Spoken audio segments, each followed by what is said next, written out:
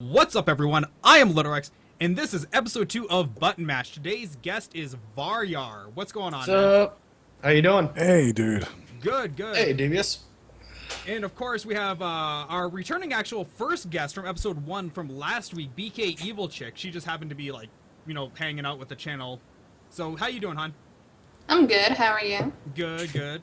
So, Varyar is a live streamer on twitch.tv/RivalCastMedia, and he's also one of the founding members of, well, RivalCastMedia.com, right? Indeed. So tell That's us. me. So tell us, how did you get started with RivalCast Media?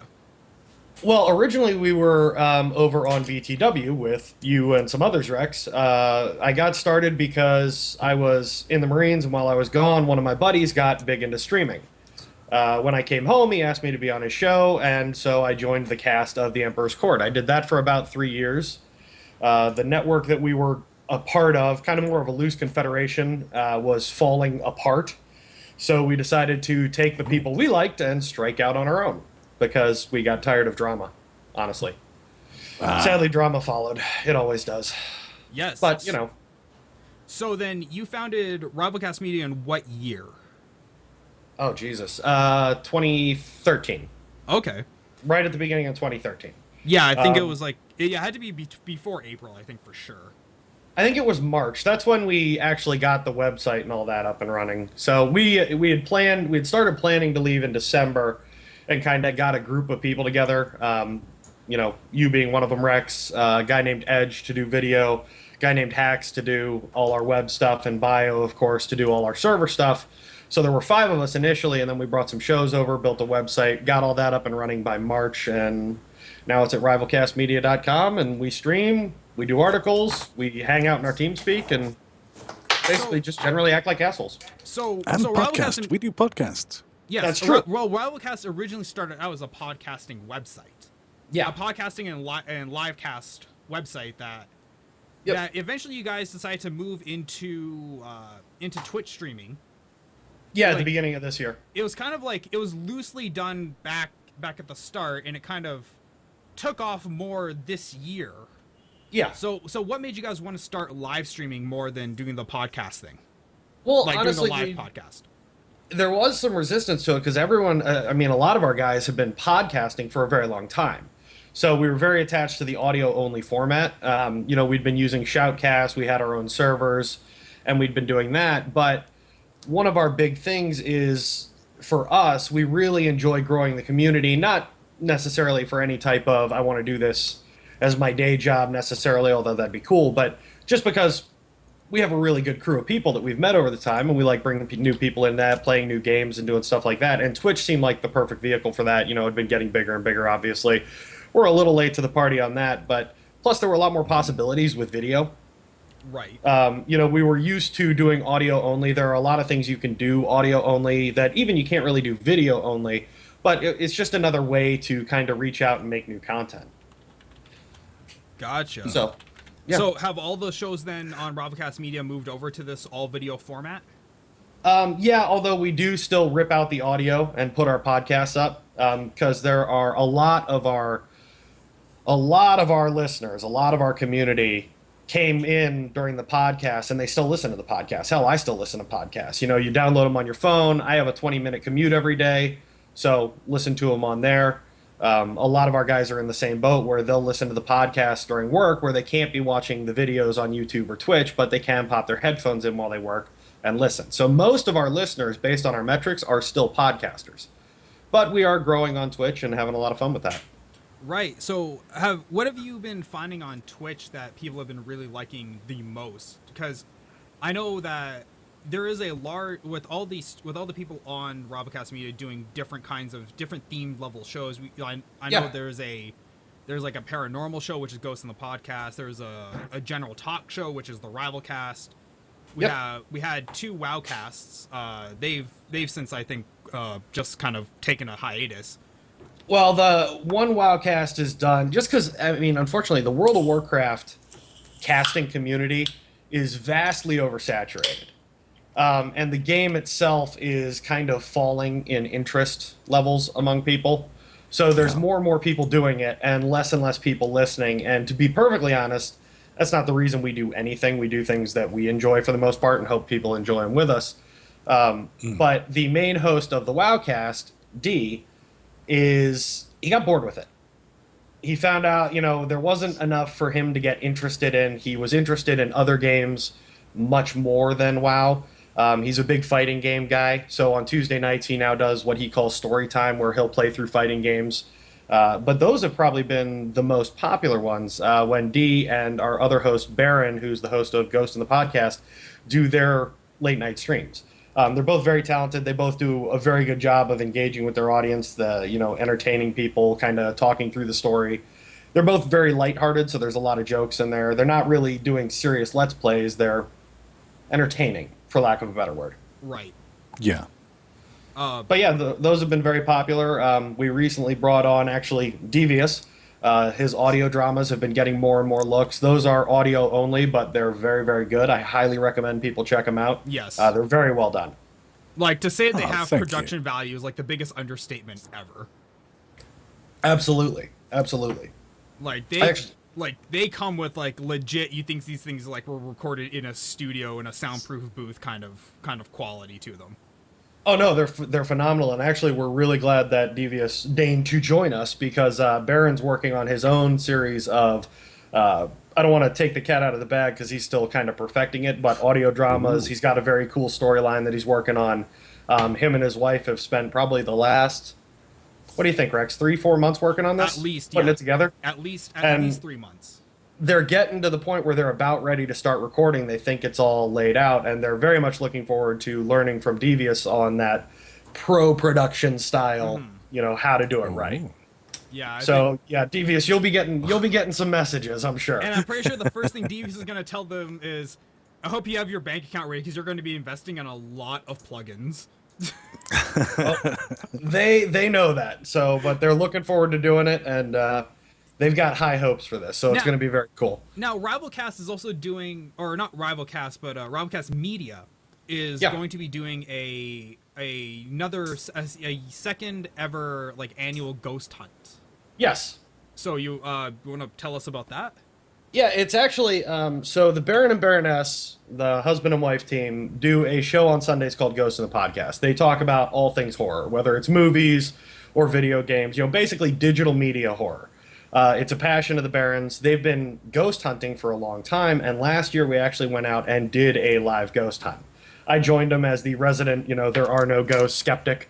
It was a lot of fun. Didn't see a ghost. Might have gotten felt up by an old ghost, not sure. But it was a good time. So we had a lot of fun with it. This year we actually opened it up, and we let the other staffers and the listeners tag along if they wanted to. We've got about 12 people, I think, that decided to go. And we're calling it Orb Fest. It's going to be in Pennsylvania, and going to get together the day before, hang out with people, kind of meet people in real life, which will be very cool because, our people are from everywhere. I mean, We've got staffers from England, from Iowa, I'm in Ohio, people in Kentucky, so it'll be kind of cool to actually get together and meet a lot of those people, and then do the ghost hunt overnight, have breakfast, and all head our separate ways. It'll be really cool. We're hoping to be able to live stream it. It'll depend on technical issues, on whether or not we have the bandwidth, but we are going to be doing our damnedest. I know the Baron and Baroness are getting a hotspot just for that purpose. Oh, really? So, yep. Yeah, they've put a lot of money into equipment. Wow. Nice. So we're going to have some fun with it. But yeah, hopefully that'll go well. So beyond the live stream then, is there going to be like a way for people to kind of see the ghost hunt after the fact? Or is it going to be like a absolutely live only kind of thing? Live will be the easiest way to watch it. Because putting it all together, I mean, last time we went out, we got... The thing is, Baron is very passionate about this. He sets up cameras and sensors and mics all over the place. So once it's done, he has, like, I'm not even joking here, 1,000+ hours of audio and video to go through. Wow. So it takes him a long time to process it all and get it condensed down into kind of a final watchable version. But he will be doing that also. And then that'll go up on the YouTube, and everyone will be able to watch it for free. Was he thinking about doing a DVD too, or like? Yep, absolutely. That one will cost just because of the cost of making a DVD, but the cost will be, like $5 for people that want it. Nothing outrageous, just basically enough to pay for making the DVD. Right. He doesn't make money on doing this. It's just something that we do for fun, and hopefully people will enjoy watching us creep around an old abandoned building and hopefully not crossing the streams. Right. No, that's cool. Devious, you got anything you want to ask? Well, yeah.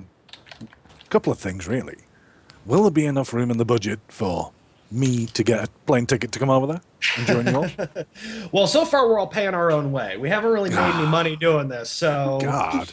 I mean, you're welcome to join us. I'll tell you that right now. But no, I think our farthest away right now is from Oklahoma, and he's going to be pulling a 14-hour drive just to get there. But yeah. So sadly, there's no room in the budget for a plane ticket, bud. Although we'd love to have you. Well, one of the other things is that, like, being the baby of the community. Well, I'm kind of new here, but Right. you mentioned drama from the other places. What? yes. Wow. What on earth happened? What was going on? Well, it's a long story, and it's not all mine to tell. Suffice. You have enough to tell, and I got time on my show, so go crazy. Okay, suffice it to say. Wait, hang on, wait. Okay, go crazy. Yeah, well, Rex, you were there for a lot of this, Yes, but without betraying any confidences, basically what happened was the old network was at best a loose confederation. Every show host did their own thing. Every show host had their own priorities, and not every show host got along.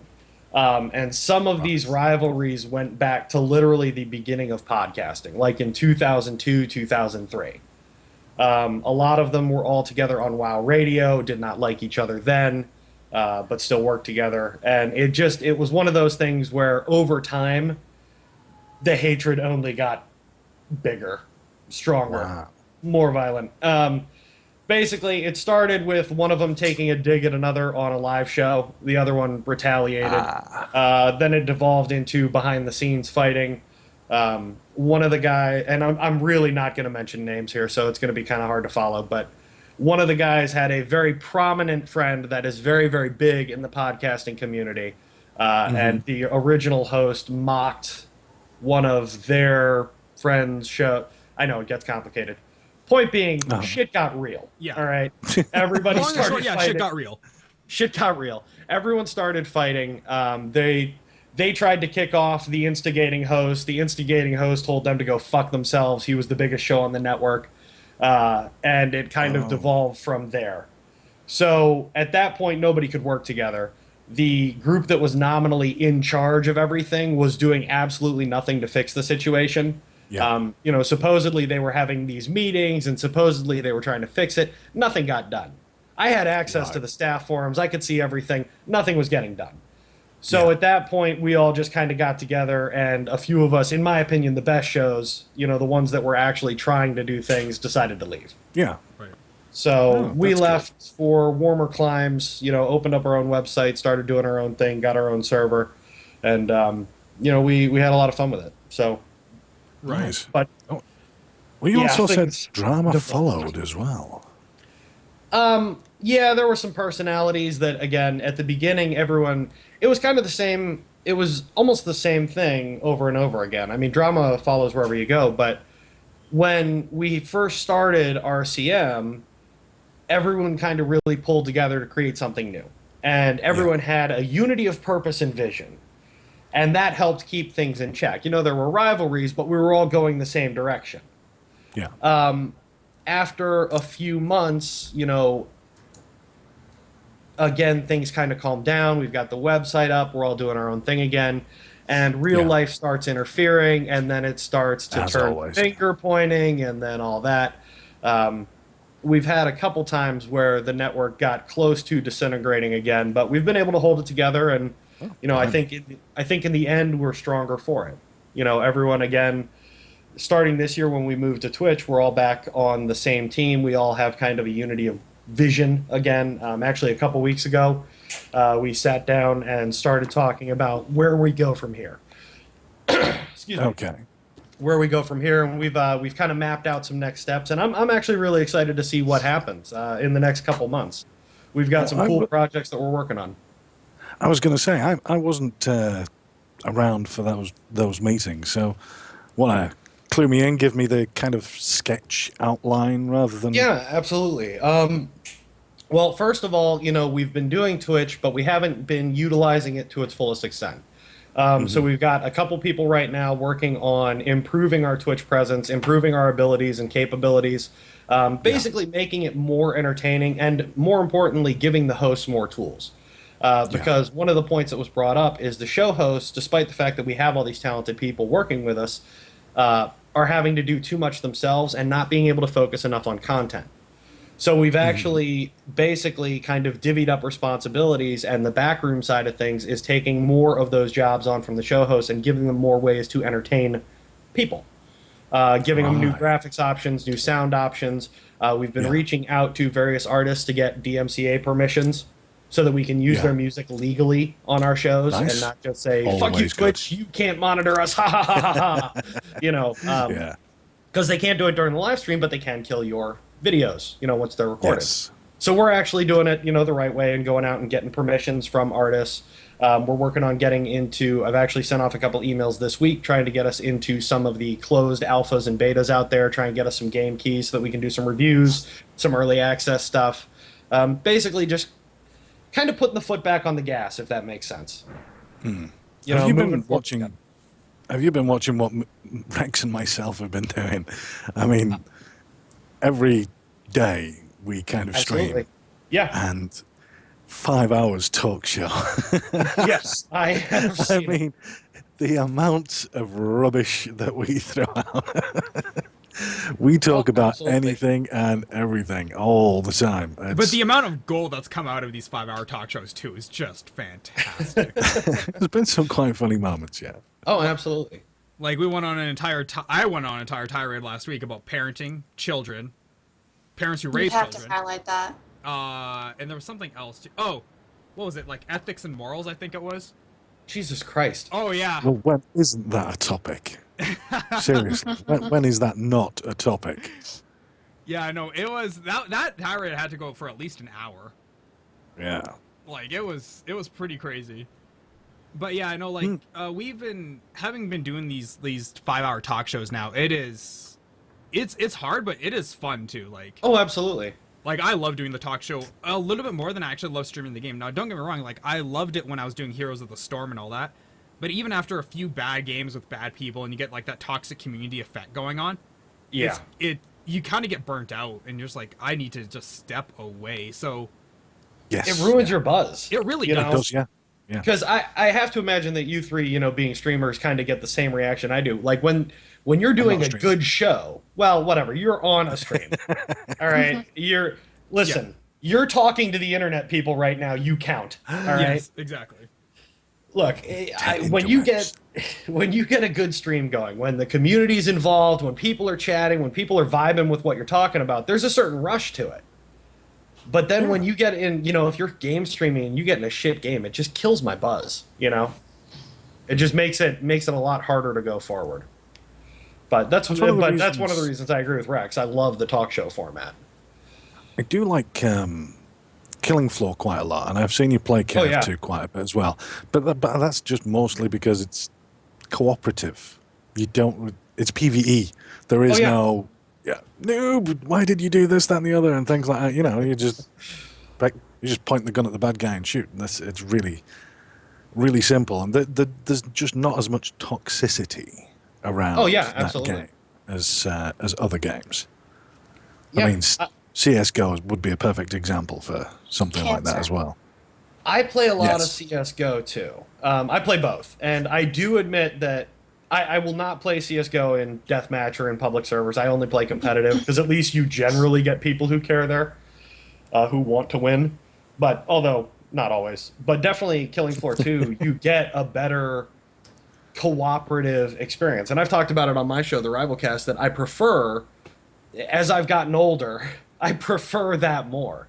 There's actually YouTube videos of me when I was younger being drunk and an asshole and telling people to go kill themselves and being a horrible person because in TF2 as an engineer they didn't put their dispenser where I wanted it.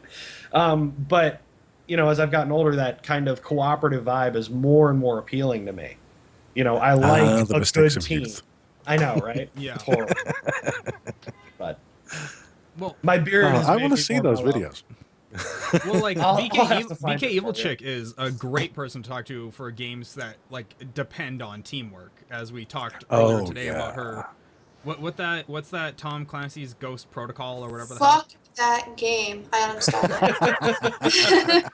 Don't play it unless you want to torture yourself. Is my recommendation. like she can tell you all about like cancerous communities and like toxic people and bad gameplay overall because you were talking today about what was it, cloakers and broadcasters or something like that?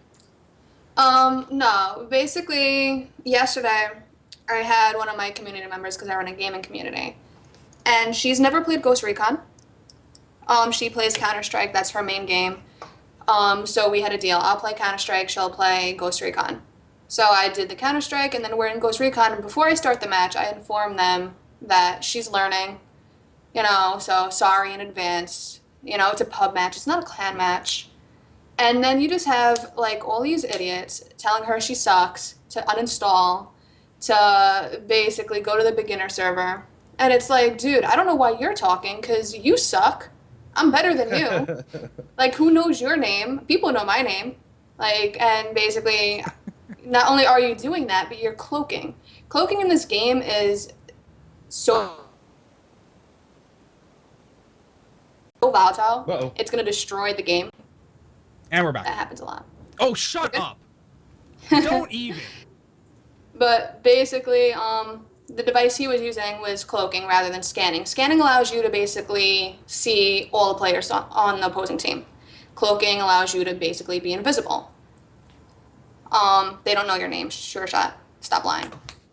But basically, it allows you to see a bunch of people. He's cloaking. You're basically being one of the most selfish people you could possibly be in this game.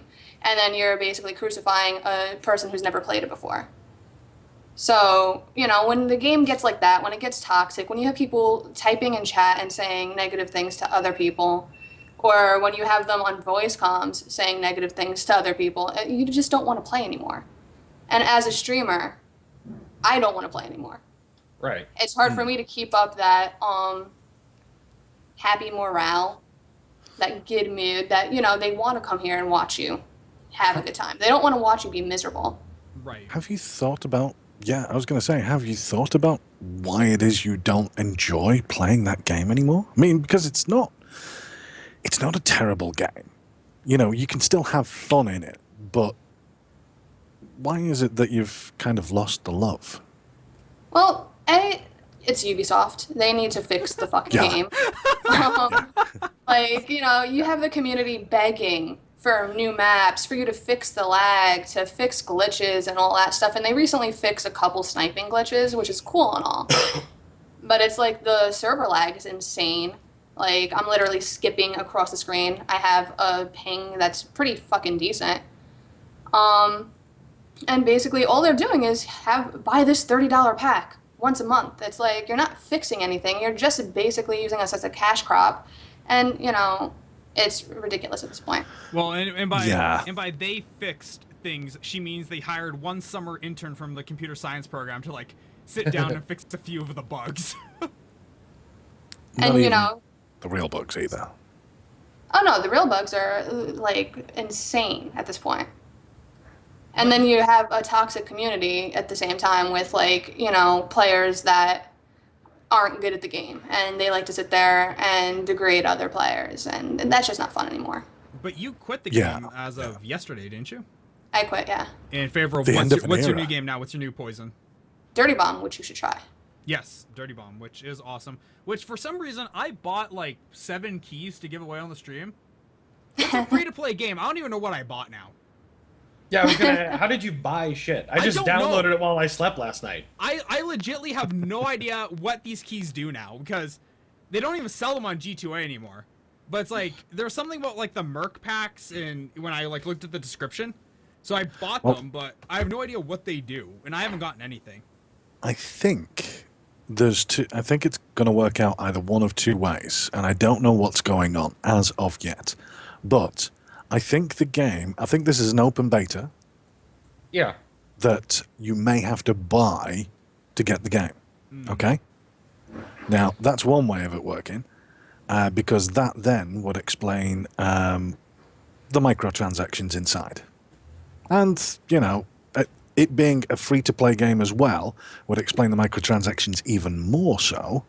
But the starter pack also notes in it, if you've had a look at it, that you get access to the game. It actually states in one of the DLCs that you can buy that you actually get the game.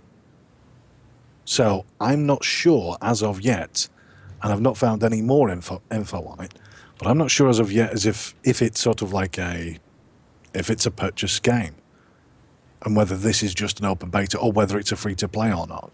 Because like I say, the starter pack hints that you are buying the game in that starter pack. Right. I have no idea. All I know is I only paid $3 for like 7 keys, so I really don't mind it all that much. That's like, not bad. Yeah. I paid like 17 cents a key. I don't care. Fuck it. Yeah.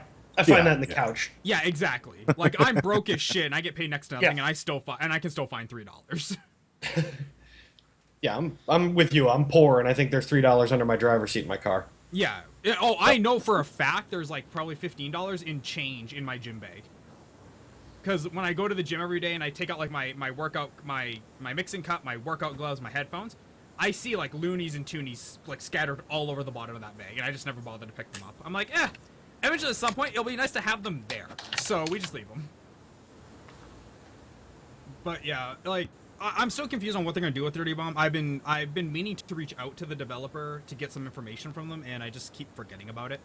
So I'll probably get around to that after today's show is done, because that's a fast email I can send out really fast and figure out what the hell is exactly going on. Absolutely. Maybe at the very least they'll realize, like, you know, if I got ripped off, they'll just throw me like a free sniper character or something. We'll call it good at that point.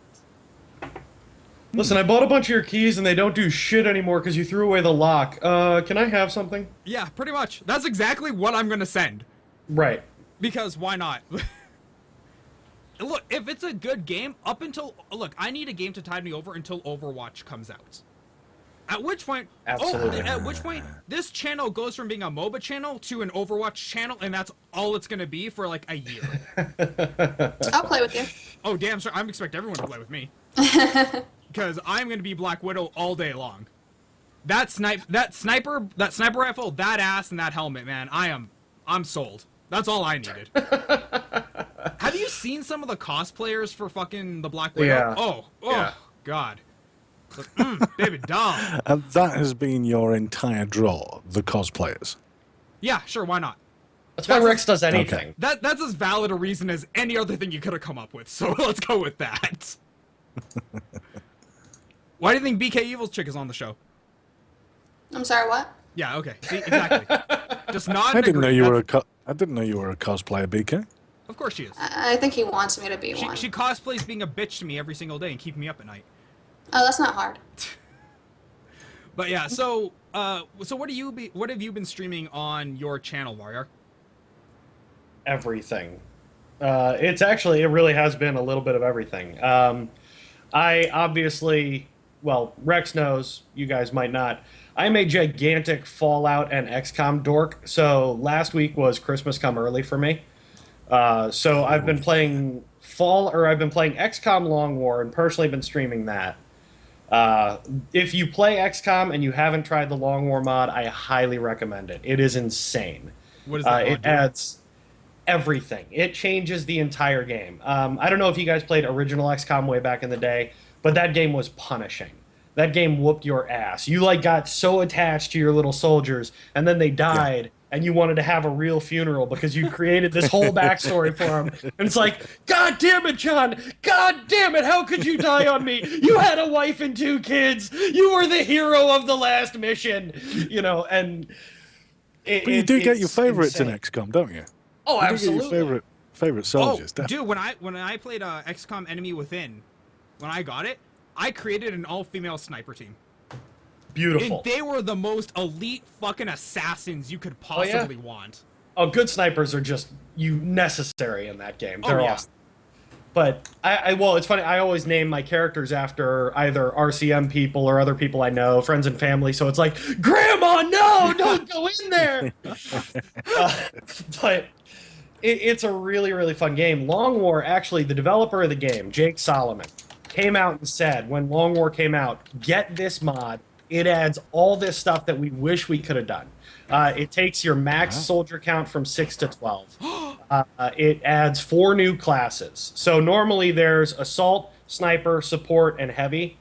It takes all 4 of those and divides them into 2. So assault can now be assault or scout. Sniper can be sniper or infantry. Or I'm sorry, no. Assault could be assault or infantry. Sniper can be scout or sniper. Gunner or heavy can now be gunner or rocketeer. And what was the last one? What I missed? So support. Support can now be medic or grenadier.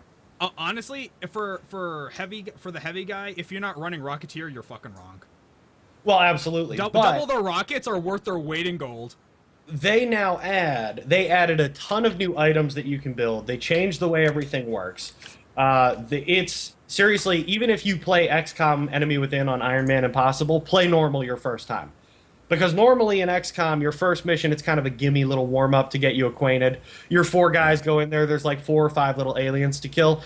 My first mission this playthrough of Long War, my 6 little guys went in and got cornholed hard by 17 aliens. Oh my god. Wow. Yeah, like, welcome to the party, fuck you. That's how Long War says hi. That's crazy. Nice. It's really, really cool. It adds a ton of replayability. It is awesome. If you haven't played it, check it out. Can you download it through the Steam Store? No, you got to go to Nexus. Nexus mods, yeah. Yeah, if you go to Nexus mods, just Google XCOM Long War. It's the first thing that pops up. It is a phenomenal mod. I cannot recommend it highly enough. No, that's cool. I'll definitely take a look at that. But so then, speaking of XCOM, Christmas come early. XCOM 2 has been announced, and I couldn't. Excuse me. I know I'm supposed to see a doctor because this erection has lasted more than 4 hours, but I'm very excited. Now, have you guys checked the news on that out at all? I mean, are you guys checked the opening press release, and that's all I've done. Because honestly, I want to be surprised. I don't really want to do a lot of I know what's coming. I want everything, because look, in this day and age in gaming, you can't really be not know everything by the time something comes out. You have to actively go off the grid if you want to be genuinely surprised. And apparently, BKEvilyChyk is typing up somebody's death warrant over there with a vengeance. Jesus.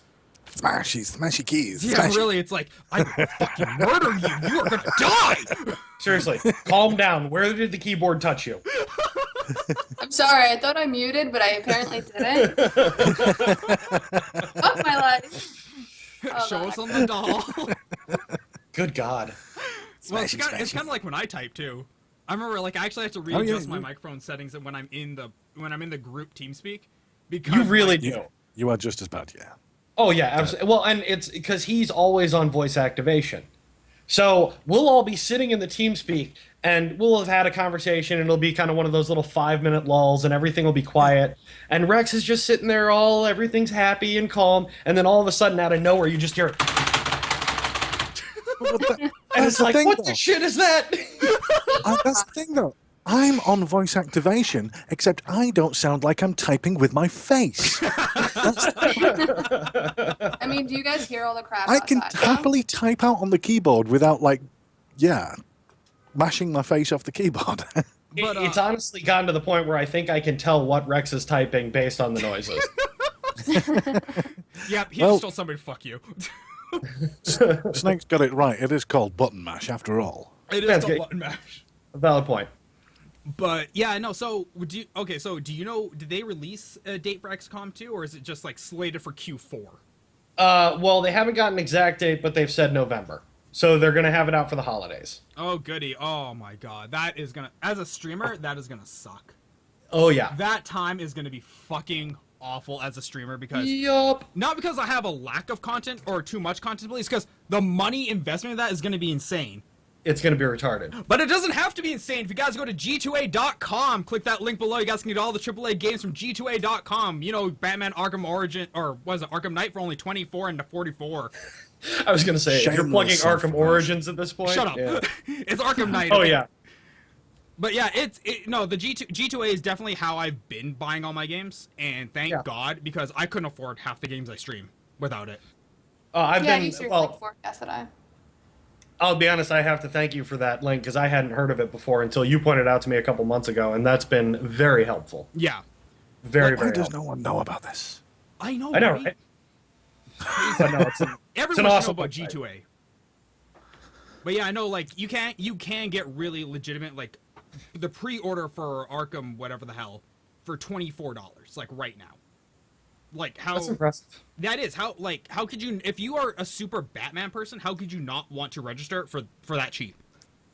Witcher 3. I picked up Witcher 3 for $30. Brand new. Free. Yeah, well, you bought it, what, a graphics card or something? No, it's the one reason I still work a 3-hour shift every once in a while for GameStop because they give me free stuff.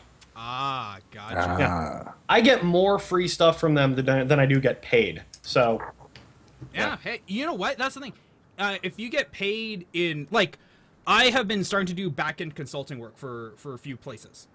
And I got paid I had a call on Friday with a software company who I'm consulting with to do some mods for OBS. And I got paid with a $600 piece of software for 41 minutes of my time. Yeah, absolutely. I call that good. Like, does it pay the bills? No, but at the same time, it gives me a product I A, could never afford without it, and B, it's like a production level software, so it's worth it. Now I just need to learn how to model and all other programs so I can import this shit and actually animate it properly. But that's why I have other people who do things for me. Well, it's funny because we're kind of doing the same thing over at RCM. It is a long-running joke when something goes wrong that Varyar pushed a button. Yeah. Because, like, as one of the founders, I have access to everything. I don't really know how most of it works. So I try not to touch things, for the most part. They just tell me this is what's happening, this is what we're doing, leave it alone. Because I've accidentally deleted stream keys. One time I accidentally deleted the website. It's just bad. So I'm not... Wow. So I have to, like... Because it's financially all in my name, I have access to it, but I never go in there because it's a terrible idea. It would be like letting a baby into a room full of razor blades. So, but with, you know, a lot of the things that are going on and some of the stuff we want to start doing, myself and the other technically challenged people have to actually learn how to do more of the video and graphics rendering. So we're getting a group of us together, and I honestly might end up calling it, you know, retard rendering. Because the hosts are all going to get together and try and learn After Effects and Blender and some of this shit, and I cannot wait to see how that goes. Oh my god! Because it'll probably just be a shit show. Yeah. But you know, for an hour or two a week, some of our more graphically talented people are going to try and get the rest of us how to understand it and use it right. After Effects is hell. I know. It genuinely is. After Effects is hell. It couldn't be made interesting even if they used fucking strippers. Well, seriously. I actually have a passing acquaintance with it because last year I actually did consulting work like Rex for the city of Cleveland. They're trying to put in a water taxi system, and I helped out with the marketing and PR aspects, and I had to create a basically promotional video, and I did, and it came together really well. But I mean, there were probably 3-4 weeks of just me slamming my face against my monitor. I hate this software. I hate this software. I hate this software. I just want the letters to be shiny. Why can't they be shiny? It is amazing how hard that is to do. I know. For somebody who doesn't know After Effects, dude, that is like trying to build a rock to fly to the fucking moon to make your letters glow. You have to, like, be a physicist. Like, all right, the luminosity of the letters will be x plus y over the quadratic equation. The light particles will come in from the top left at a rate of c squared plus 4.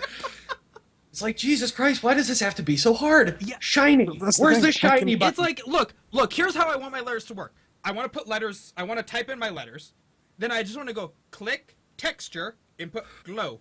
And I just want shit to work. Look, I am not an Apple user. In fact, I am the furthest thing away you will ever get from an Apple user. But you know what? They have shit right every now and then.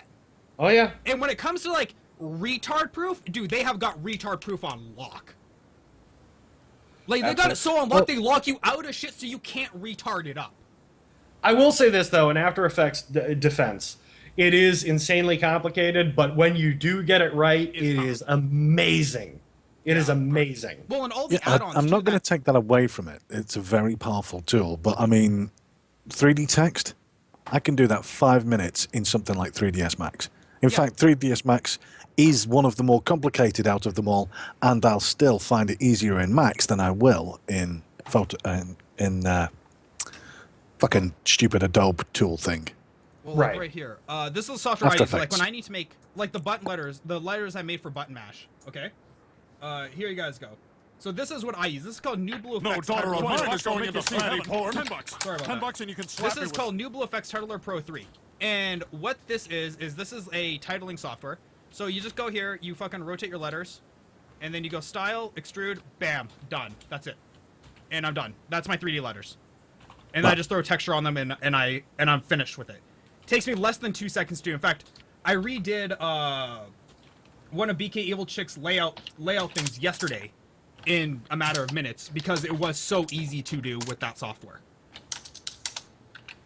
And I personally love it. And like I know some people would rather be using After Effects or 3ds Max, which by the way, 3ds Max super awesome, ridiculously hard to learn.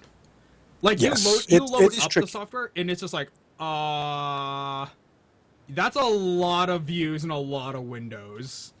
I don't really know where to go with this. It's kind of tricky. I am au fait with Max and ZBrush and things like that. It's kind of I'm still not, believe it or not, that the one that I'm finding the hardest to get to grips with is Blender, and that's the free one. Yeah. But yeah, it's not a bad tool, and for things like 3D text, just like you just did. You know, you did 3D model. You typed the text, you extruded it, you can throw a texture on it. Right. Yeah, it won't be high res or something like that. But then, you know, you can do things like internal luminosity, external luminosity, you know, reflected color. You know, what's the reflected color? What color does it look to the naked eye? You know, that kind of thing. And it's all that stuff is really simple, and you can make anything you want in minutes. Right. I've shown you the images that I've made. Yeah. I've shown you the V-Ray bullets. Yep. You've seen the teapots and all that. What was the other one? There was one specific to this. There was the evil villain model you showed me. There was the bullets. There was the teapot, and there was the clouds. Oh yeah, the cloud thing as well. Yeah, just all kinds of stuff like that. Just really simple. Yeah, well, okay, it's not really simple, but it's easy once you kind of get into the groove.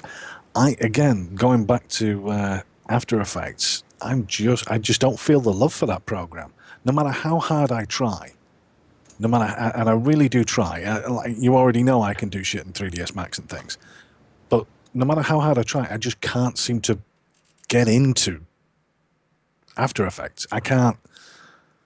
I don't know what it is. Honestly, now, holding my hands up, I don't know what it is. Yeah, it's a hard program. Like, and there's a lot of little finicky things with it. There's a ton of finicky things with After Effects. Like, especially if you start using add-on programs like Trapcode or Video Copilot for like for optical flares. Trapcode is a particle manipulator, so you can like put in sheets of particles and make like a hologram looking images or whatever. And yeah, like that stuff gets to be wicked complicated. I'm trying to like create a little fog effect right now in my After Effects for my new video, and it's like, this is not gonna happen, is it? No, you're gonna have to do that in Max with a particle renderer because you're gonna need some heavy simulation for that. Well, no, it can do it. I've already seen somebody do it. The video I'm learning from lynda.com did fog effects in Trapcode in After Effects. It's just a matter of the fact that he's an industry pro and I'm like, you know, some tartar sauce with a copy of After Effects and Trapcode trying to get this thing to work. Yeah. Yeah. It's the difference between some 14-year-old kid who has a Ferrari and, you know, some like 50-year-old mechanic who has a Ferrari. One of them actually knows what the car does. The other one just pushes buttons and hopes it goes. Yeah. This is true. I sympathize so much with that. I know, right? And like, you know, it's a very well established fact. I will sit down and learn whatever I have to. I hate asking for help on anything. I'd rather learn everything on my own. But it's getting to that point now where I'm like, I don't have time left to do this. Yeah. I'm like, I need just people who know how to do this shit, just so I can say like, here's a game, here's what I need done. I know for you it takes like 5 minutes. For me it's gonna take 5 days. I don't have time. I'm like, you know, between trying to hand out resumes, look for jobs, talk to PR companies, talk to game companies, get keys, test keys, and it's like, I don't have time for this shit. I'm like, I got crap to do. And then on top of all that, still do the 5-hour talk show every day. It's like, there's not enough hours. Absolutely. Like, feasibly for me to actually do everything on my own, I would need the day to become 36 hours long. Just to have a chance at getting everything completed. Yeah, BKEvilyChyk always looks bored. It's fine. Do you have any particular skills with? Have you ever forayed into 3D programming, things like that, BK? Hell no. I'm basically playing with Photoshop right now, and I suck at that. Believe it or not, Photoshop's still actually pretty hard to work with. It is. That's not a basic program either. Like I spent hours just trying to figure it out. Paint is a basic program, not Photoshop. I found more success in things like GIMP image editor than I have with Photoshop. Well, I also realized I'm stupid and can't figure out Photoshop, so I was like, let me get one of the programs that are less complicated and start with that first. So I have GIMP installed as well. But, like, people always say, they're like, I can't believe I don't know how to use Photoshop. And I always have to remind them, like, there are whole degrees in Adobe, like 4-year degrees that you learn just to use Adobe. Like, there is no shame in not knowing how to use it to its full effectiveness. Because, honestly, if you're trying to do it on your own, you're not going to learn that shit. Because sometimes there's, like, ways that you can manipulate certain options to get different kinds of effects than what was supposed to come out originally.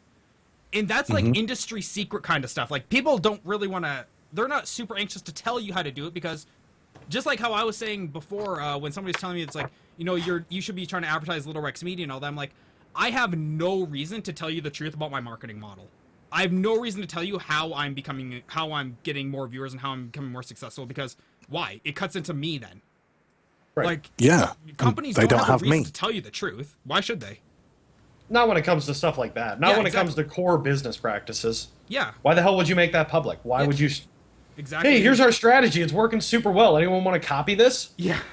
Exactly. It's like, yeah, thanks. Like, that's why, like, you know, some streamers, like, they'll tell you stuff, but you have to read between the lines like crazy to see, like, if they're bullshitting with you, if they're telling you something legit that has worked, that, like, it's not specific to them. It's just something that, like, you'd see in another stream if you went and looked hard enough at it. Like, some big streamers will tell you some stuff, but they're not going to tell you everything. They have no reason to, and they never should. Why would they? Yeah, exactly. They're just creating their own competition. Yeah, exactly. Like, yeah, they're not gonna want me sitting at the top of the stream chain. Like, fuck that. That's viewers then that they're not getting. Right. They're very comfortable there now. Yeah, and some of them are very comfortable there now. Oh yeah, absolutely. Like, you have one streamer. When I ran his numbers through his just the subs, okay, not counting tips, advertisers, anything else. His subscriber revenue was 27 grand a month. Good God. Wow. He's 25. Yeah. He's not even done college yet. He'll finish college next month. Good Lord. Yeah. I kind of hate him. Oh, I know, right? But that's the thing, though. Like, you know, like, these people, they find something that works. They're not going to tell you what it is. Like, all you'll ever hear big streamers tell you is play new games. Play the hottest, newest titles coming out because that's what people want to see. Well, that's streaming 101. That's not an industry secret. That's just common sense. But yeah, so how have you been liking... actually, you know what? Before we get into that, let's take a little quick 5-minute break and we will come back because we've been going for like an hour. So we'll come back and we'll figure out what everyone's been playing and yeah, we'll go from there then. Woohoo. Okay, yeah. Yay. Let's take a 5 and I will be right back. You guys can keep talking if you want, but the stream will be muted. Oh, God. Okay. We're out. Lovely. Yeah, Rex's secret weapon. Apparently it's me. People love the voice, man. Absolutely. Like, when I did the first button mash, I had a bunch of people from my community, and they were like, "I don't give a fuck about Rex. I just want to hang out with Devious." So it's you. You're the secret weapon. That voice is gold. Oh yeah. Oh, bless. Thank you. It's like liquid chocolate in my ears. Honestly, I have no way of answering that. I'm uncomfortable.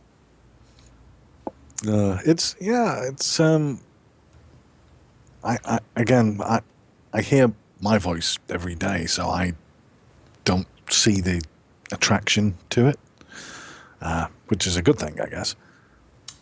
Be weird. Yeah.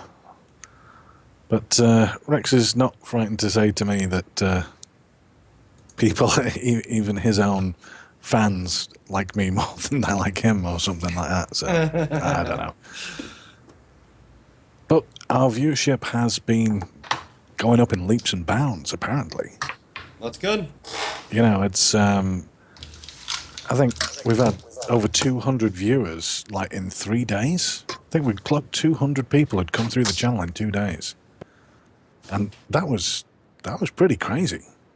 Yeah, you know? That's awesome. And all we're doing is just chatting, just, you know, like being friendly and talking shit as we normally do. Basically, what we're doing and how many people have come through the channel and shit like that. Oh yeah, no, the numbers have been crazy. I pulled in for a bonus stream, okay, a stream that was never even supposed to be scheduled. I pulled in over 100 pass-throughs yesterday. Nice. Yeah. That's awesome. And I even showed BK the numbers. I'm like, you gotta see this. I'm like, this is so weird. Like, I wasn't even sitting in front of my computer. That's the thing. I was putting up sound panels around my office yesterday. And yeah, I pulled in actually quite a few. I was really surprised. But, okay, we ready? Is everyone seated? Everyone got their drinks? Oh, Got water. give me 1 sec. I gotta grab a tea. Hooker, I gave you 5 minutes. First of all, it hasn't been 5 minutes, and Devious kept talking. That's You got 2 not more on minutes me. left. Get going. Yeah, it's 5 minutes of your schedule time. No, it's not 5 minutes of actual OBS minutes. time. Wait, do you have the audio muted? Pardon? Do you have the audio muted on your stream? No. Ah. Only my microphone was muted on OBS because I don't know how sensitive it's going to pick up other sounds. So when I'm running water and stuff. What do you mean, like you farting? Wait, No. when you Me say taking like a wick piss and going, oh my god, it won't stop.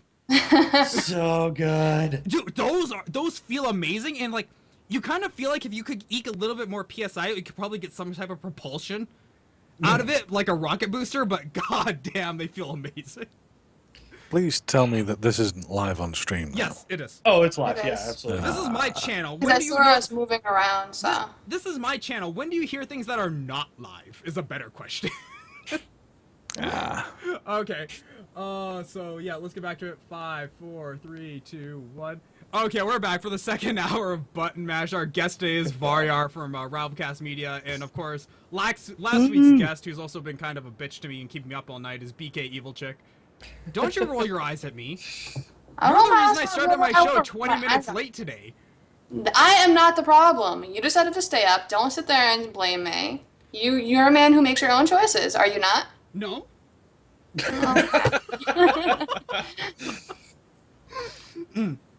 So, we're talking in the first hour about like just like RivalCastMedia and how it got started and the history, and then we delved into a little bit of like, we delved into the final topic of like streaming and like business practices. And actually, I want to get back to it and say and see what has everyone actually been playing, you know, on stream, off stream, just what's going on. Wow, I almost read your Steam, your Skype name out in real. Devious. Goddamn, dude, we gotta change that. It's kind of like that test where you're supposed to say the color of a word that's actually spelling out a color. So it says like blue, but it's actually like in green lettering. You're supposed to say the color of the letter. Yeah. And, like that's how I kind of saw that just now. Oh. Well, Oh, okay. what can I say? It's I am the international man of mystery, but I am not a difficult man to find. I am a voice actor, and my real persona is out there in the interwebs, freely available for all. But the reason I keep it international International Man of Mystery is just because, well, the voice.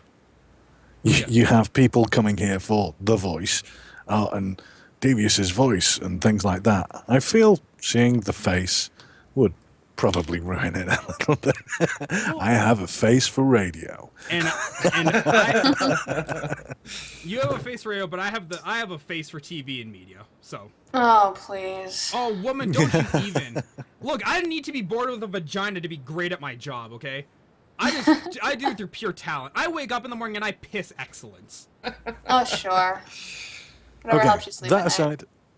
And then he bottled it. What And was that's the where question? Red Bull came from. What games? Games. Games. Oh my So what have word. you been playing, Devious? I have been playing lots and lots and lots of really cool stuff. Or at least I've been enjoying it. I've been playing Dirty Bomb with you guys, which is a lot of fun. It really is. I like playing the medic class, but one thing I've already noticed about the game is the shotguns are a little bit overpowered. Seriously? Oh, yeah. I think so. I shoot people in the face with a shotgun, like they take like no damage. You're not I shooting them get the right way. two-shotted. I get two-shotted from like 100 yards away. There should be a little bit more spread on those shotguns. And the sniper rifles need to be nerfed as well. They have no sway. Yeah, they're a little bit too easy to use. Although, I mean, while that's a cool thing, everybody can just pick it up and be quite reasonable with it. It's more of a, twitch shot kind of game it becomes. And people will like that. Well, that's one thing. It's not CSGO. It's not any of the Counter-Strike games, and that's a good thing, because trying to be good with those mechanics is just ridiculous. So I'm not a fan of those games. So yeah, Dirty Bomb, a really enjoyable game. I'm enjoying the medic class. Oh yeah, something else I don't like about the game. Being in the game when you're the only person, playing a class that supports. So you're the only person like playing medic.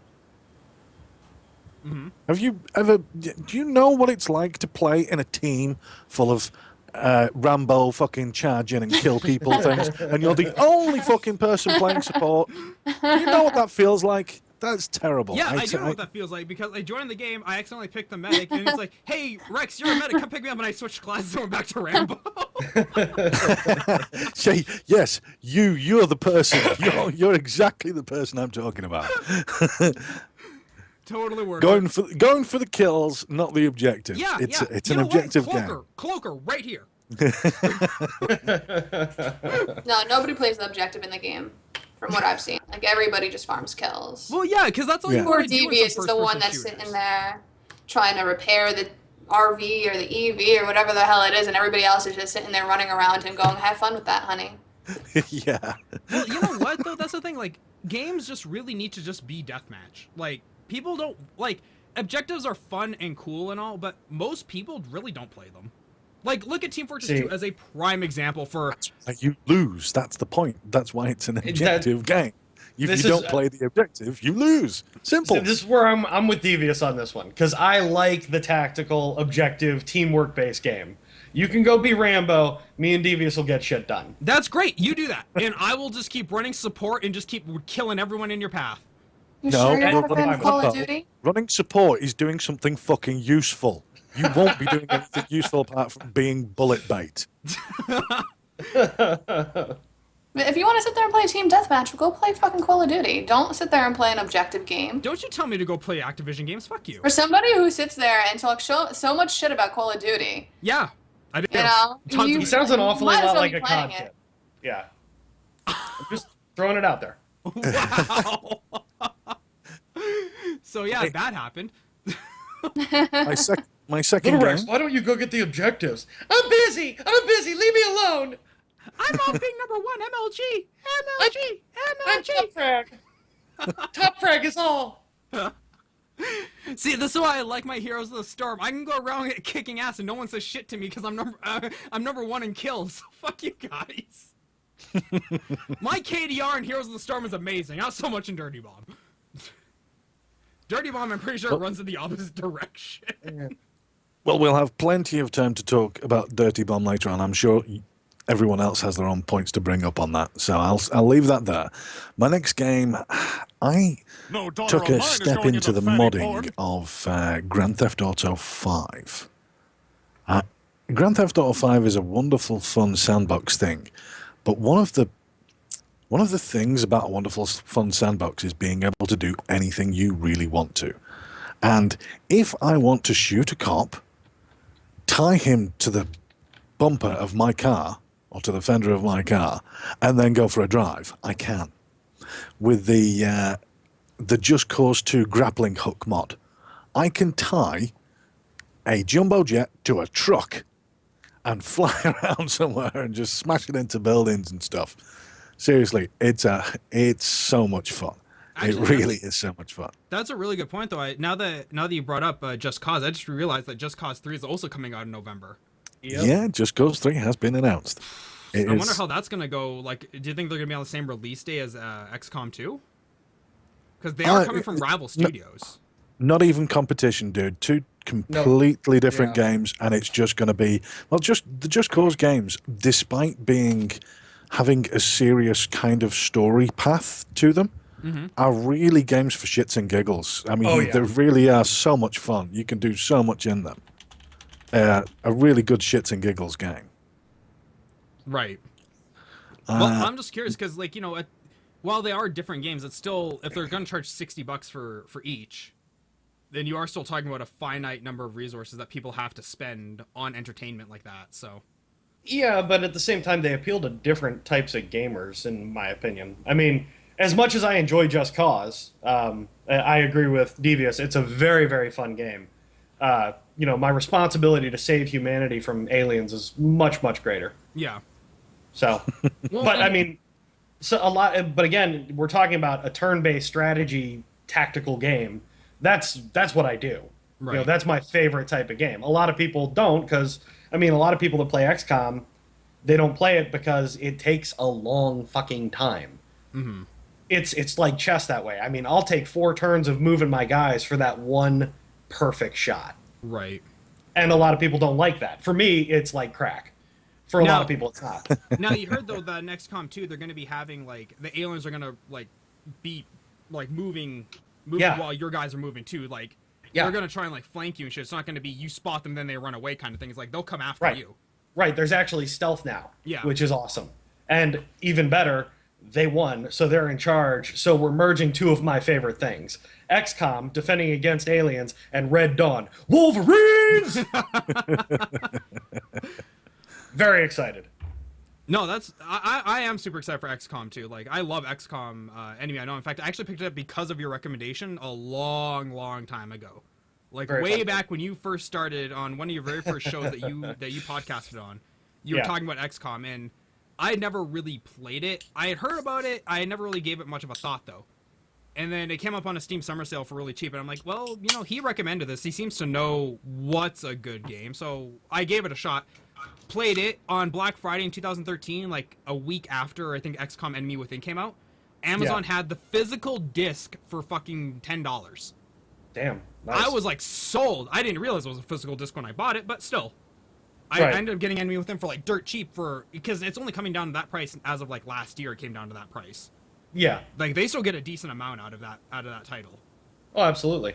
But yeah, so no, I loved it a lot. What the hell is this? I will say, if you haven't played XCOM and you want to get into it, right now is a good time because they do have it on sale again on Steam because of the announcement. So, check it out. It's awesome. And again, long war mod. So, play on normal, seriously. So we have XCOM, we have Just Cause, we have Fallout 4. What's up? Fallout 4, yeah. Yes. The Wasteland. Can't wait for that. Yeah, me too. Is there... Like, I'm not a Fallout person, so I'm not... I see the hype, I get the hype, I just not part of the hype. Why? That's because you keep... He keeps calling it a horror game. I That's don't why do he won't play it. It's not a horror game. It's a horror game. He calls it a horror game. It's insanity. That is insanity. Do you fight giant enemy spiders? Yeah, that's a fucking horror game.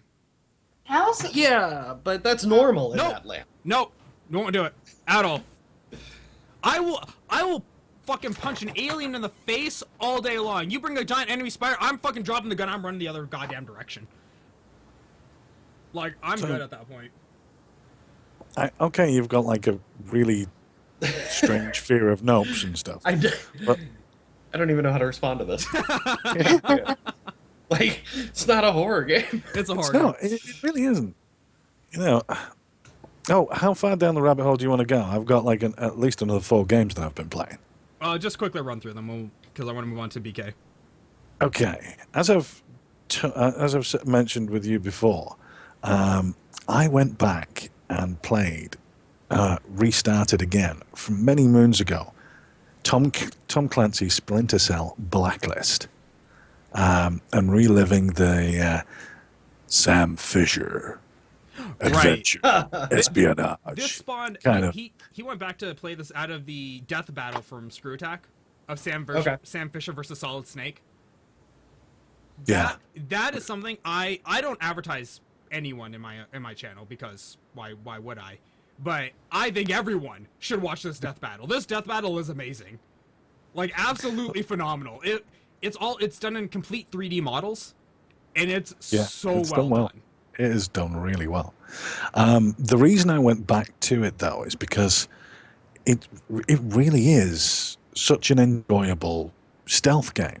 Oh, absolutely. There's a lot of good mechanics in it, and it wasn't that because it was so similar to all the other games. It didn't really bring anything new into the mix. So the last one, which was Blacklist, kind of got a little bit of a bad reception, but it's still actually a really good game. You know, it's got a lot going for it, and there's even co-op in it as well, which, as far as I'm concerned, every game should have some form of co-op mode. You know, there's no reason for it not to be. I think it should be like one of the PC gaming golden rules. One other one that's going to get an honourable mention. Now, I'm not going to go with that crazy clicker heroes game, despite the fact that has I see that on Steam. I'm like, that's got to be a glitch. Like, Steam has to be bugging the fuck out right now. There's no way he's playing clicker heroes. That's had a lot of playtime for me, but that's only because it runs in the background while I'm playing other things. I've basically got 2 games running. I've got that farming gold and just me doing other stuff. I completely ignore that thing. But one other thing that deserves a very honourable mention is, where are you? The Darkest Dungeon. Oh, yeah. I'm really, despite how horrible the game is, because it really does try to kill you a lot, you know, even if your guys survive their first trip into a dungeon, they will be... Yeah, they'll have emotional scarring of whatever, and you send them to like the bar or the whorehouse to blow off steam, and they'll come back with syphilis, and then once you're halfway through the next dungeon, they'll be almost dying, and it really is such a horrible game, but it's kind of its difficulty and its darkness in dealing with all these things and how difficult it is to survive. I'm not sure. It's like a culmination of all those little things make it into a really enjoyable experience, even though everything's like really negative. You know, there's no reason I should be happy that my team is on death's door. Like, one of them's turned absolutely psychotic. The other one's dying with syphilis, and another one's just had his face eaten off. There's no reason I should be happy about that, but it's a really enjoyable game. Did you ever play Darkest Dungeon, Varyar? Yeah. I picked it up because I watched D stream it. Ah, gotcha. It's very, very fun. Very cool. Yeah. BK, what have you been playing? Dirty Bomb. And Dirty Bomb. Because I uninstalled my other main game. But I will be starting Witcher probably this evening. Oh, yeah? It's phenomenal. I've never played a Witcher game before. Neither had I. So good. Yeah? Yeah, it's amazing. It's incredible. Oh, that's awesome. I just saw, I just sent a quick message on Skype and I look at the stream and I see all 4 windows bring up the Skype, like, chat window. I'm like, oh, that's just fucking awesome. Breaking everything. No, that's not me breaking everything. That's OBS being very, very poor at segregating out sections of a subscreen. I told it to capture webcams, not to capture chat windows. But yeah, no, sorry, you're playing Dirty Bomb. What was the other game? Witcher 3, I'm gonna start that tonight. Witcher 3, yes. You know, it's funny, I started that game, and I'm, like, still super stoked about it, but I just kind of stopped playing it. You stopped playing everything. I know, I'm really bad about that. You are. Oh, shut up. Like, all you play is Left 4 Dead 2. That's only because my friends won't play anything else. I told you, she's like 48, You have she only other plays Left 4 Dead. What? I just like that you have other friends. Abandon that one. Fuck them. Get new friends with better games. I did. I do play a lot of Hearthstone off air because I can sit with my legs up on my desk and like not actually focus. I can watch like Bob's Burgers on one monitor and like kick ass with the other. And then just Heroes of the Storm really is something I'm getting. It's not something I stopped playing. It's something I just didn't get the time to play. Because that like Heroes of the Storm is something I like to play like 3-4 games in a row on. Because they are relatively fast games. So it's, you know, it's something like, okay, I need to at least dedicate 1 hour to this game. So when I get back into it, I do. And then Smite with Devious every now and then during the stream. What have you been playing, Varyar? XCOM. Sadly, I want you to know, Little Rex, you died, but you saved a life. Oh, nice. BK didn't know you, so you don't have a character yet. I'll make one.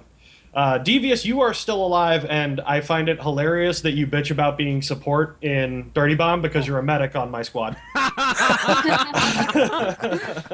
So there's some fun there. I've been playing that, and I actually just started another New Vegas run in honor of the Fallout 4 announcement. Oh, so yeah. I love that game. I know a lot of people bitch about it. I have never had a problem with bugs, and for some people, people have a very strong opinion of Fallout 3 or Fallout 4. I like them both, but I do prefer New Vegas. Oh, sorry, not 4, New Vegas. But, yeah. Mm-hmm.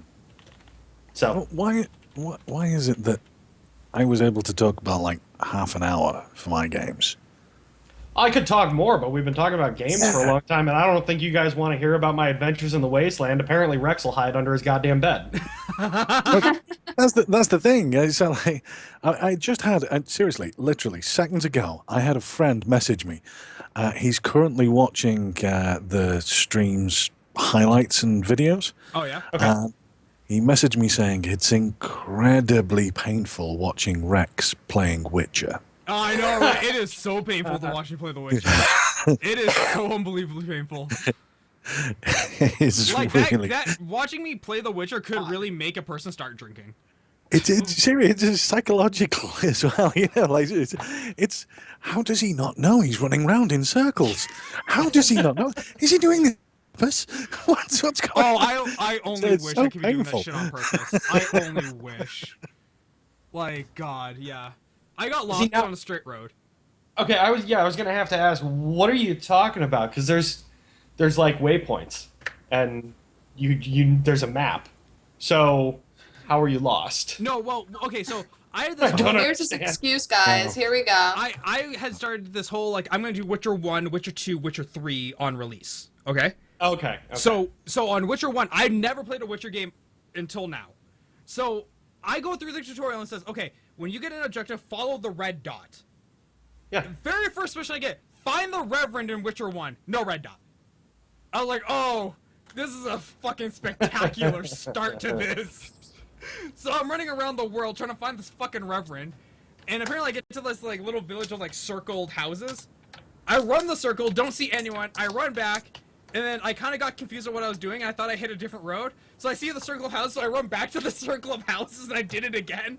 And I got lost on a straight road. You're actually going to suck time away from my life, because I'm going to have to see this. Before this scene takes place, he returns to the same village 3 fucking times and going, why why am I back here? Why am I here again? He turns himself round on the same road, and it was I've got the clip in the highlights where it's sort of like after he goes out on this road again. Seriously, we've been playing the game for like 2 fucking hours, and we've not got out of the first village. Yeah, That's, we're like, you know, we are legitimately like only 20 minutes into the game. No, I think I was streaming for like 3 hours. I think I even looked at OBS. I'm like, I've been streaming for 3 hours, and I'm only 20 minutes into the game. Oh god, I really want to make fun of you right now. That's... Yeah, but you can't until you see the clip. Oh no, please yeah, do. I'm gonna have to watch it, and then I'll shame you. It'll be fun. It's in the highlights, Varyar. It's right there on the channel. Yeah. And then Witcher 2. Oh my god, that little motherfucking excursion into Witcher 2. Well, Oh Jesus. I'm going to give him credit. I will burn down the fucking forest if I ever get dropped into one after that little escapade. I'm going to give him credit where it's due. You know, this forest was at least 25 meters across. You know, Wow. I mean, you could have, you know, easily lost some change in there or something. You know,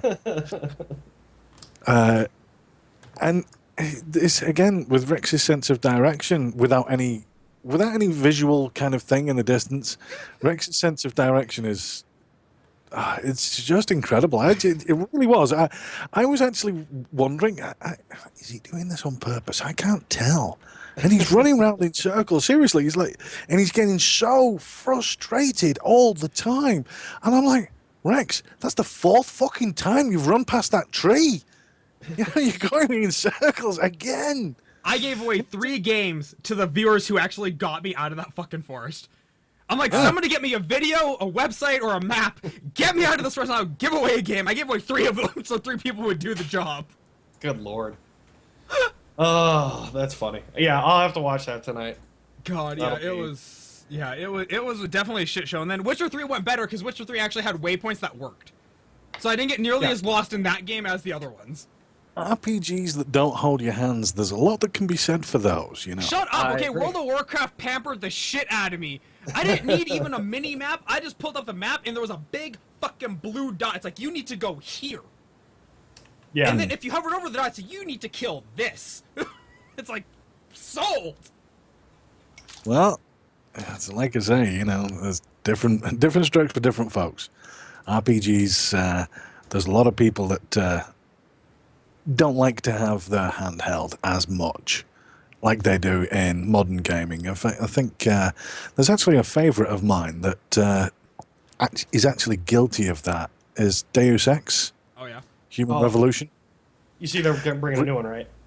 Yeah, I'm just yeah. saying, looked awesome. I know. That's me and this friend who actually messaged me here.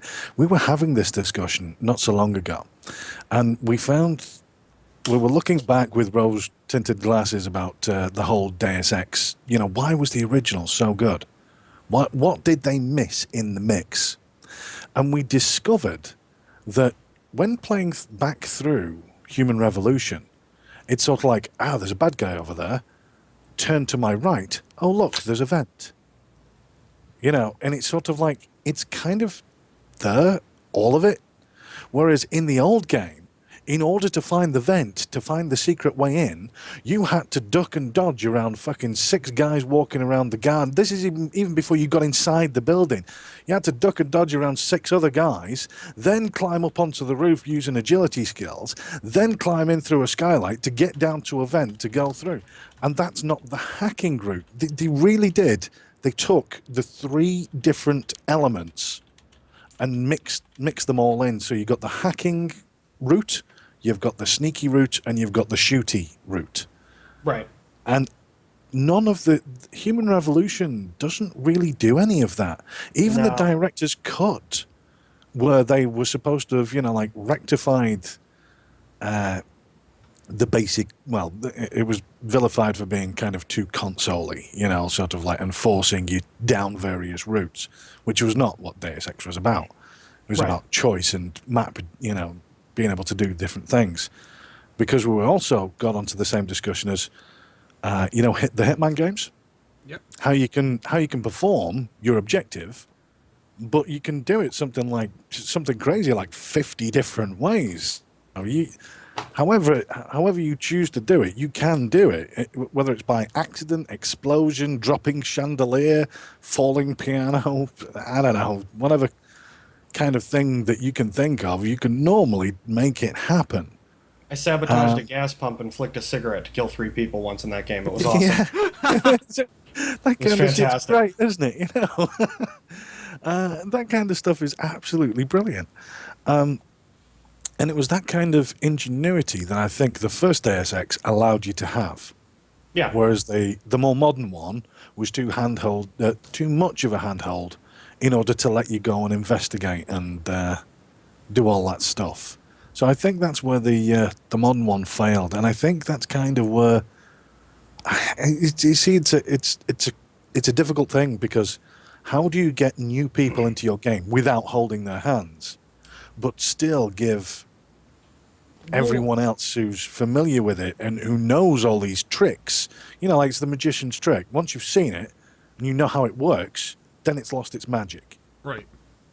So once you've solved the puzzle, solving the puzzle again doesn't give you the same buzz the second time around, because you've already solved the puzzle. But if you were to go down a different route, like, for example, the stealth route, then that would give you a different challenge, and that would be interesting again. The problem being with Human Revolution that if you didn't, I mean, because they still had a ton of different upgrade options, not as many, but if you went down any route other than the shooty stab, look at this awesome claymore mine in my forearm route, the game got really retarded hard. And the other, hacking a door open just to get a couple extra pieces of equipment, not interesting to me. Hacking, being able to go stealth and hack around things, that would have been cool. A whole different way to solve the puzzles, that would have been cool. Yes, but in Human Revolution, they put a ton of emphasis on the best way to solve this puzzle is to stab him in the throat. Go do that. Yeah. And while I enjoyed that, it looked awesome. Yeah. Don't get me wrong, I enjoyed having sweet forearm blades, but let me do it a couple different ways. Wow. Well, that's again what I think is wrong with kind of like the hand holding of gaming. It's a damned if you do, damned if you don't. But for an old gamer like myself, it's kind of getting difficult to be surprised anymore, if you know what I mean. Well, yeah, but that's the same thing with movies. You watch enough trailers, then you can tell from that then if the game is gonna suck or not. It's just time and experience. Yeah, maybe it is. Maybe I'm just becoming jaded and things like that. You cynical bastard. Maybe it is, yes. I honestly don't know. Actually, no, it can't be. Because I've played Pillars of Eternity recently, and I'm doing that thing that you're doing, Varyar. I sat down at the very beginning and said, right, I'm going to make a character that is important to me. Right. I want to be invested in this character. And I am loving the story in Pillars of Eternity. Absolutely, it's brilliant. I'm loving the backstories. I'm loving the interaction between other people and me, because I'm kind of like some god race character. It's all really interesting, and it really is really enjoyable. So I can't be jaded just yet. Well, but that's how you get around that, because I can't speak for Rex or Devious, but Devious sounds burned out on her old favorite game, so there's BK, that. You mean? Or, I'm sorry, not BK. It's cool, dude. Wow. Whatever. Shut up. Want you know, BK, you now have man voice. Just apparently. Let's see your hotness deal with that. That's the thing. Yes, but a sweet chocolatey man voice, so you've got that going for you, which is nice. Yes, but I got melting with caramel skin, so I still win. Let him finish his thought, Lyrax. No, my point being just that the games that can get you past that, the games that can draw you in, because those are my favorite type of games too, are the ones where I feel like I'm invested in the characters, and this is one of the reasons I've always loved the big RPGs, Fallout, Skyrim, things like that. When they do it well, and I'm enjoying the game, that is me. That is me in the game, and that's how I think about it. Like I'll always play games like that a couple times, Mass Effect, Skyrim, things like that. And one time I'll be super good, one time I'll be super evil. But my first playthrough, I always play instant reactions, my brain, and I try and get into the character. And if they can pull that off, then the cynicism and the jaded, they go away. And that's that's what makes a great game, in my opinion. How much did Would You Kindly blow your mind? Oh, loved it. That was awesome. Are you kidding me? But I love that whole series. I love that whole series. I mean, everything about that series is... I liked 2, and a lot of people didn't. Did you like the little girls? The little girls terrified me. You fucking eat me. As Rex knows, I do not like children. They are creepy. Children that murder are unnatural in all sorts of ways. Yeah, so apparently it's afraid to be scared of like little undead girls sitting in little sundresses, but God forbid you're scared of mutant spiders who could rip your face off. You have guns in that one and you can shoot them. In Fear, there's nothing you can do about Alma. Yeah, so wait, that's if I true. streamed There really Fear is nothing. 3, you wouldn't watch it? Pardon? Oh, If I Fear 3 streamed was Fear, not 3, creepy. Fear 3, you wouldn't watch it? I'll watch it, I'm just not going to play it. I played love it. Fear It was 3. not- no, wrong. The original Fear was awesome. Fear 3 was okay. Well, no, I love it because my friend hates kind of jump scare games. Okay. And he played he'll go through it quite easily as long as he's got a co-op partner. And he played it with me, except I know where all the jump scares are because I've already been through it, completed it.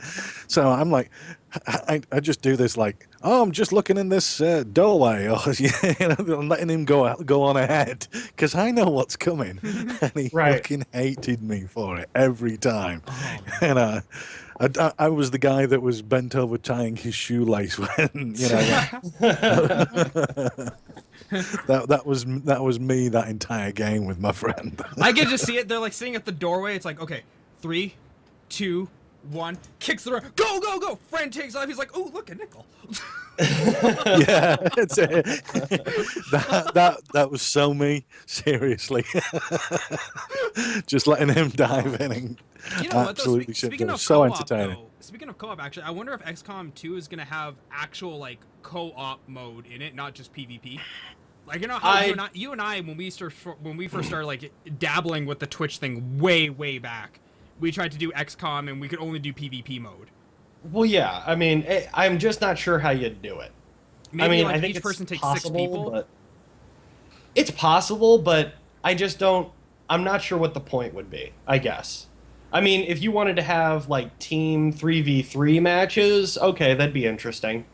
For a while, I guess it would depend on the mechanics, but the whole point of XCOM being the supreme commander and all that, I'm just not sure how well a co-op mode would work. Although I'd definitely be interested in playing it. Well, the way I could see it working would be like you triple the number of aliens, and of course, if they're gonna bump up the AI, this is the only way this would work is if they bumped up the AI to be actual like a threat. Long War does that, by the way. It's awesome. Sorry, I'm gonna keep plugging the Long War mod because it's fucking awesome. If that's where they got the idea, hey, all power to them as long as I got the idea from somewhere. But like each person takes. No daughter of mine is going into fatty porn. Thank you, Jenks. If each person takes six members of a squad, so you have a total of 12, and like one guy's commanding one unit, one guy's commanding the other, and then you have like aliens that are like will actually like straight up fuck your face open, then I could definitely see a co-op mode working. Oh yeah, absolutely.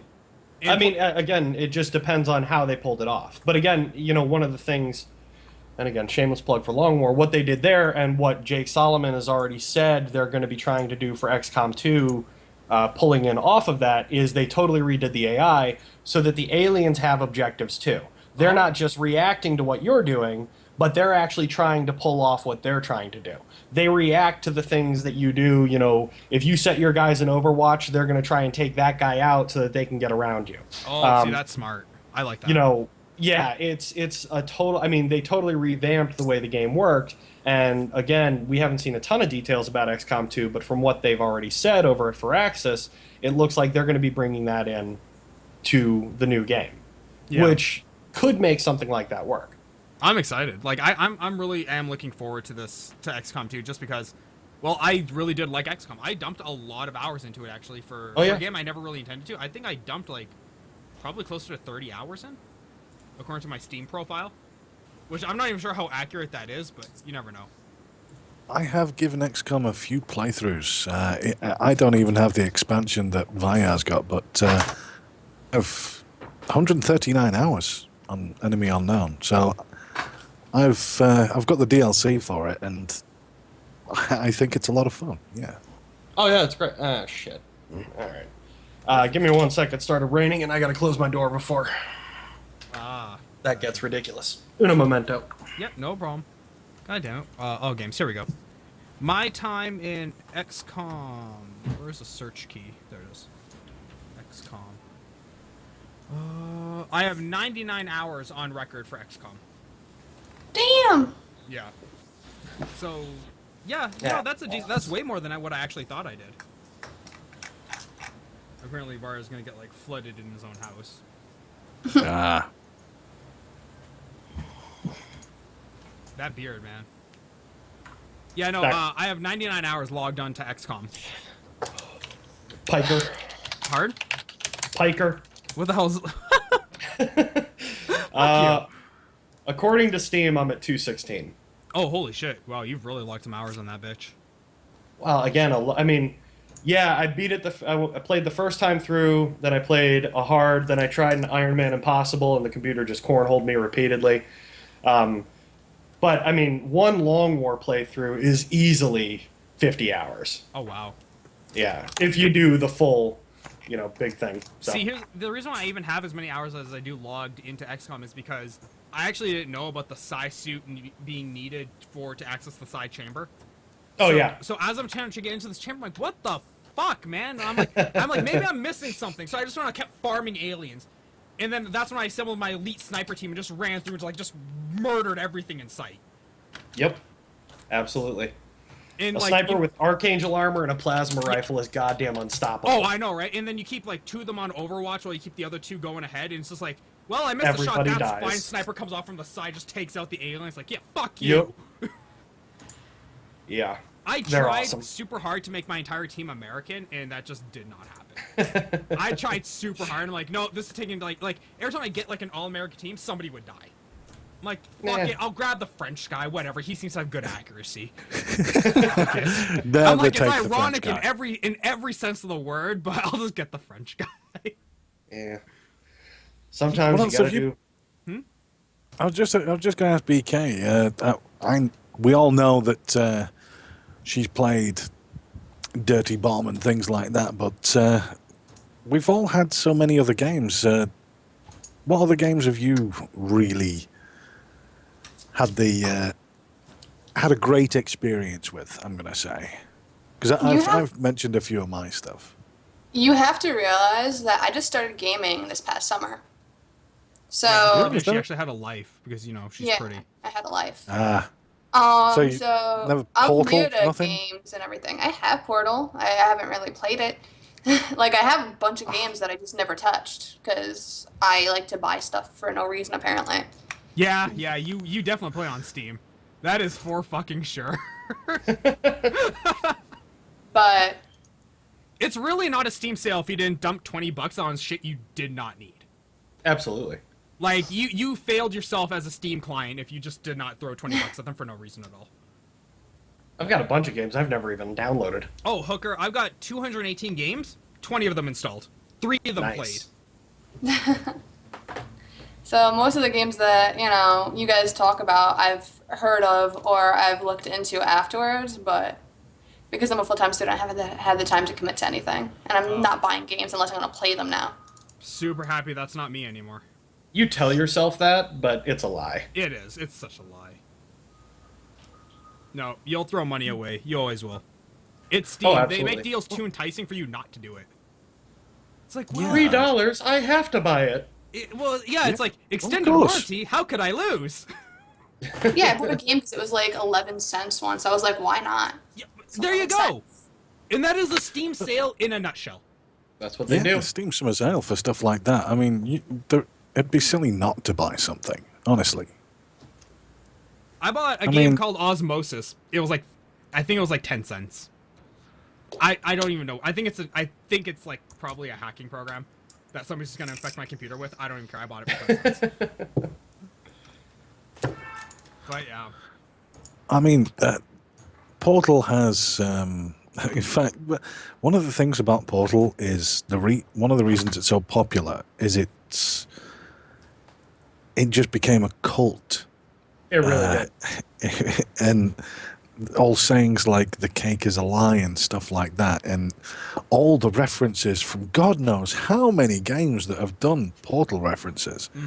Tons. Yeah, and I've never been so emotionally attached to a cube in my life. But yeah, it's almost a staple now too. Whenever you see somebody get like a 3D printer, the first thing they do is print a companion cube. Yeah. Oh yeah. I have to say, BK, it's definitely take some time out. In fact, if you want to, we can even go through some games together, because Portal 2 is co-op and things like that. So you need someone to game with. There's plenty of us around that will go through these games with you, because you are missing some really brilliant pieces of gaming history. I mean, for example, Portal stands alone, really, for what it is. And there are many other games as well, you know, that are kind of, you know, have their seminal moments. Like I said to Varyar earlier about the Would You Kindly, that's just such a beautiful moment in gaming. It really is. Brilliant. It was brilliant, because it changes everything that came before it. All of a sudden you're like, whoa, that's how that works. You know, like you've played for 15, 16 hours, and then you're just like, holy shit, you know. Yeah. Great stuff. It's a really beautiful piece of writing and a beautiful piece of gaming, and I think that yeah, you should experience those things. You should like go back occasionally and play the older games, even if just to get a bit of perspective. Yeah. You know, so you don't take the new shiny, sparkly graphics for granted and don't look at the substance underneath, kind of thing. Totally. Which has been that's been a difficult thing for a lot of games recently. It's looked so pretty, but underneath it's a bit. The game itself is shit. Yeah, kind of ugly. How was Bioshock Infinite? Did you like that one, Varyar? Yes. That's Absolutely. It's a phenomenal game. And honestly, Elizabeth is probably, in my opinion, one of the best written companion NPCs I've seen. Really? Dude, I actually cared what happened. You know, Yeah. They do it, you know, because, I mean, look, companion NPCs in most games, they can't die, because it would be too much of a problem. But with the way she was written, you don't really think about that. Okay. I don't know. It's an. Sorry. All right. When the finger goes up, that means just stop talking for like a half a second while I reset the program. Okie dokie. Because I don't know why. Like I'm convinced now it's not Windows. It's definitely not my Focusrite. So it's probably my USB cable causing the problem. Okay. So we're still trying to figure it out. I don't know why, but yeah, shit happens. So as you're saying though about your companion, her not dying.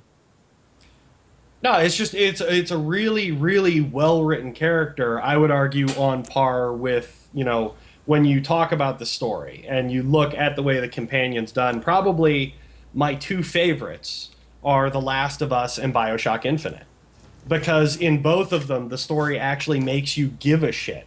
Because most of the time it's like, oh, come on, come with me. You're moving too slow. God damn it. We're trying to, you know, fuck you. Why do I have to care about you? Yeah. But in my opinion, the writing in both of those games, the story that they told, was so good, was so rich, and was so compelling that you actually cared about what happened to this NPC.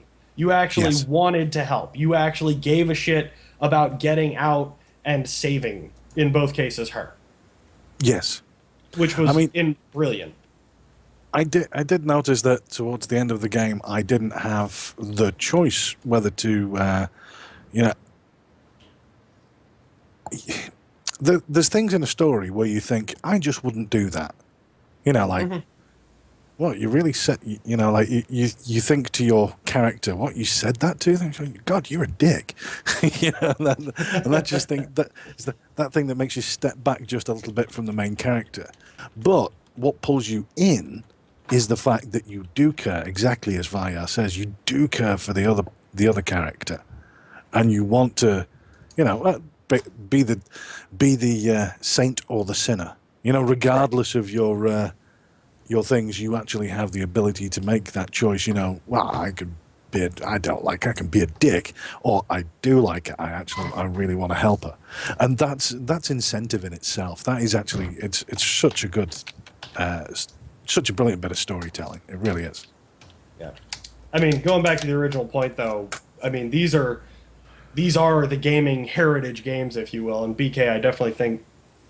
Again, if you like they said, if you want to play through them, there's a ton of us here on the TeamSpeak server that would go through them with you because they are just awesome. Yeah.